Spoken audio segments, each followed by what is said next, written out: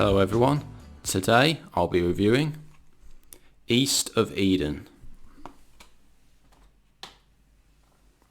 So East of Eden came out in 1955 and was directed by Elia Kazan, and this film stars Julie Harris, James Dean and Raymond Massey, and this film is actually based on a final third of the novel of the same name by John Steinbeck.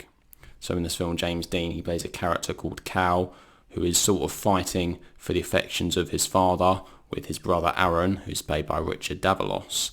And this father character, he is played by Raymond Massey, and he's a very religious, very moral man, and unfortunately he sort of looks down upon Cal, but he really respects the other brother Aron.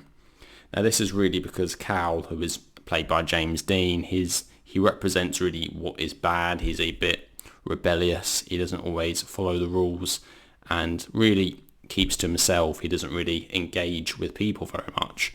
Whereas the other brother, Aron, he's a lot more well behaved, he tends to really stick to the rules, but at the same time is also a bit of a boring character and maybe not as likeable as we would first think. So this was the first time I had seen this film, and yeah, going in to watch it, I was looking forward to it because I knew about James Dean as an actor. I knew that he was only in 3 films in his life.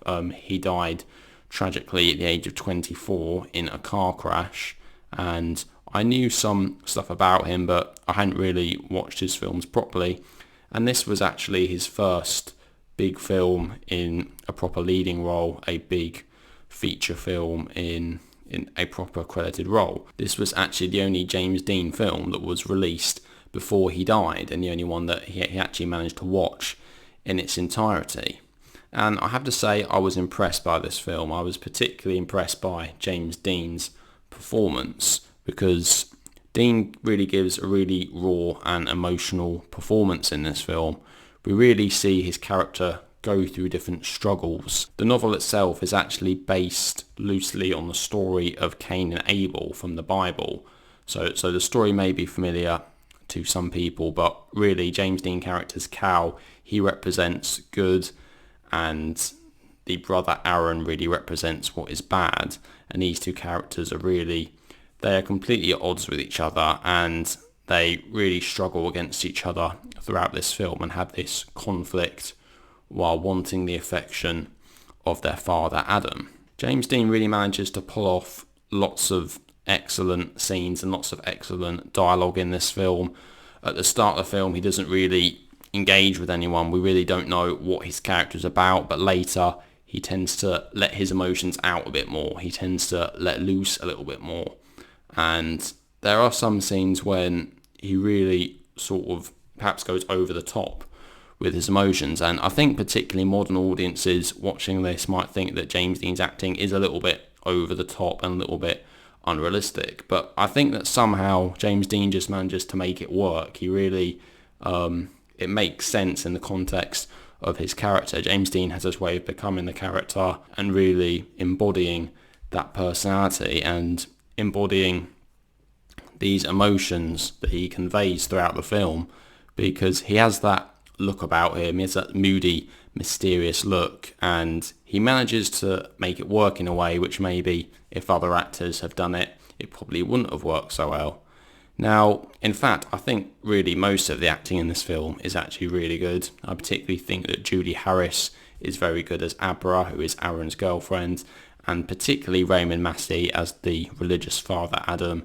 He really gives a great performance as well.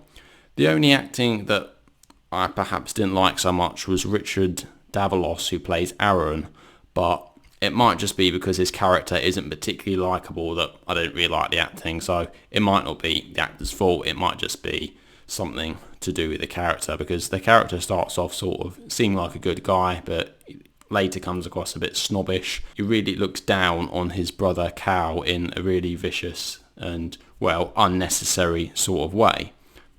I have to say I really like the look of this film. It was filmed in CinemaScope, so it has that really wide screen. It makes it seem very cinematic, and we do actually get an overture at the start of the film, just this instrumental piece of music which nicely sets up the film, although perhaps it does seem a little bit unnecessary since this film is only 2 hours long, and really the overture is something I associate with these big epic films, so I'm not sure that I'd call this an epic film, but still I can understand what they were going for, and yeah, I do like it nonetheless.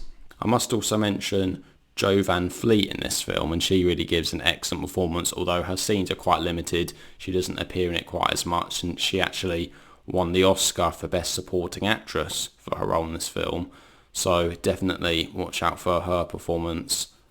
Her few good scenes are actually very good and very well acted. But I think my favourite thing about this film is the characters themselves. I think all the characters in this film are interesting, and in fact, although it has James Dean's face on the cover of the Blu-ray, a lot of the time the film is actually from Abra's point of view, who's played by Julie Harris. So the film isn't all about James Dean's character Cal himself, so it does give us time to look at the other characters as well.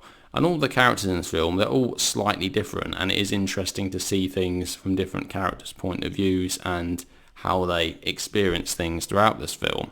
But really, the film does belong to James Dean's character Cal, really, I would say. It really is mostly his story, and as I mentioned, actually, the book East of Eden by John Steinbeck is obviously a lot bigger, and it actually focuses on more before the events of this book, when the characters were younger. I haven't read the book, but the book is absolutely massive. In fact, the only John Steinbeck book I read is Of Mice and Men.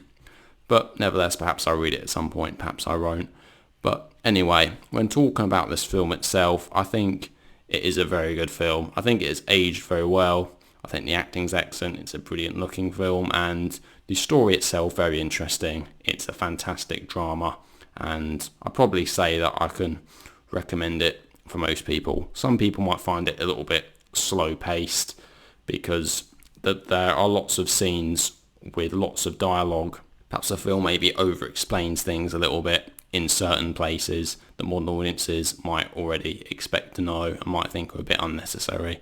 But nevertheless, as a film, East of Eden is definitely worth a watch. So I'm going to give it a rating of 9 out of 10.